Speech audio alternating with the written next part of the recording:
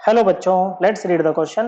कह रहा molecule having an incomplete octet in the central atom is. Okay बच्चों, central atom कौन सा मॉलिक्यूल होगा इन चारों में जिसके सेंट्रल एटम का ऑक्टेट इनकम्प्लीट है। ऑक्टेट मतलब भाई ऑक्टेट रूल क्या कहता है, ये कहता है बच्चों चाहे गेनिंग और लूजिंग से या फिर शेयरिंग ऑफ इलेक्ट्रॉन से हर एलिमेंट हर एटम क्या चाहता है कि उसके वैलेंस शेल में कितने 8 इलेक्ट्रॉन आ जाए बच्चों, नियरेस्ट नोबल गैस कॉन्फ़िगरेशन को वो एक्वायर कर ले। इनकम्प्लीट ऑक्टेट का मतलब है कि सेंट्रल एटम के वैलेंस शेल में 8 से कम इलेक्ट्रॉन होंगे बच्चों। ओके, क्या होंगे? 8 से कम इलेक्ट्रॉन होंगे। तो सबसे पहला है आपके पास में PCl5। ओके बच्चों, क्या है? PCl5 है। Phosphorus is the central atom, इसकी वैलेंस शेल कॉन्फ़िगरेशन होती है 3s2 3p3, 5 इलेक्ट्रॉन है वैलेंस शेल में। क्लोरीन की होती है 3s2 3p5, 7 electron valence shell में है। एक और चाहिए इसको ऑक्टेट पूरा करने के लिए बच्चों। ओके, तो ये PCl5 है। अब देखो सेंट्रल एटम कैसे निकाल सकते हैं यहाँ पर, जैसे 5 क्लोरीन है, एक फॉस्फोरस है, तो जो कम वाला होता है ना बच्चों, जैसे जो एक वाला होता है वो आपका सेंट्रल एटम होता है बच्चों। ओके, तो फॉस्फोरस है बच्चों, आपने चिपका दिए यहाँ पर 5 इलेक्ट्रॉन इसके। क्लोरीन आया बच्चों, इस तरह से शेयर कर लेगा बच्चों, तो हर क्लोरीन एक एक बॉन्ड बना लेगा ऐसे, तो 5 इलेक्ट्रॉन शेयर हो जाएंगे बच्चों यहाँ पर। ओके, तो क्लोरीन ने तो अपना ऑक्टेट पूरा कर लिया क्योंकि बॉन्ड वाले इलेक्ट्रॉन्स तो दोनों के लिए काउंट होंगे, लेकिन फॉस्फोरस के वैलेंस शेल में ना 8 से ज्यादा इलेक्ट्रॉन हो गए बच्चों, हम देख पा रहे हैं 10 इलेक्ट्रॉन यहाँ पर हो गए। ओके, तो ऐसे मॉलिक्यूल को ना हम बोलते हैं सुपर ऑक्टेट मॉलिक्यूल। क्या बोलते हैं बच्चों? सुपर ऑक्टेट मॉलिक्यूल इसको बोलते हैं। ओके बच्चों, लेकिन इनकम्प्लीट नहीं है इसको ऑक्टेट। ओके, तो ये हमारा आंसर नहीं होगा। इनकम्प्लीट में 8 से कम होते हैं बच्चों। ओके, क्या होते हैं? 8 से कम होते हैं।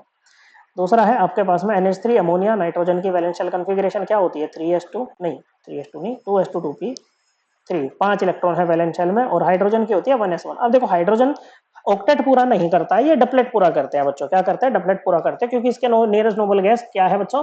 आपकी हीलियम है, और हीलियम की कॉन्फ़िगरेशन होती है 1s2, तो ये डबलेट पूरा करेगा बच्चों। ओके, एक इलेक्ट्रॉन और चाहिए इसको। ओके, तो जैसे नाइट्रोजन है बच्चों, नाइट्रोजन के हो गए ये 5 इलेक्ट्रॉन। ओके, एक एक इलेक्ट्रॉन ये ऐसे हाइड्रोजन के साथ में शेयर कर लेगा बच्चों।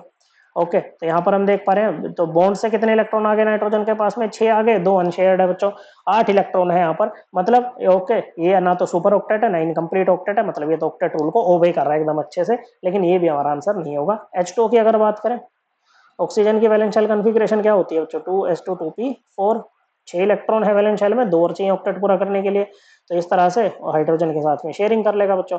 दो ये 4 अनशेयर्ड होंगे, 4 बॉन्ड से आ गए बच्चों। ओके, तो हो गए 8 इलेक्ट्रॉन, तो ये भी ऑक्टेट रूल को ओबे कर रहा है, तो ये भी हमारा आंसर नहीं है। ओके बच्चों, ये चौथा था, तीसरा नहीं था। ऑक्सीजन था यहाँ पर सेंट्रल एटम। BCl3 में boron is the central atom, और इसकी वैलेंस शेल कॉन्फ़िगरेशन होती है 2s2 2p1। क्या होती है? 2s2 2p1।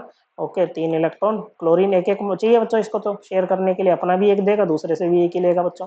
ओके, तो हम यहाँ पर देख पा रहे हैं कि बोरोन के वैलेंस शेल में केवल 6 इलेक्ट्रॉन हुए हैं बच्चों। इलेक्ट्रॉन डेफिशिएंट कंपाउंड ये होता है बच्चों, 8 से कम इलेक्ट्रॉन यहाँ पर है इसके वैलेंस शेल में बोरोन के। ओके बच्चों, तो इसका ऑक्टेट कैसे होगा बच्चों? इनकम्प्लीट होगा। तो यही हमारा आंसर है, करेक्ट आंसर है ऑप्शन 3। आई होप आपको एकदम क्लियर हो गया होगा। थैंक यू बच्चों।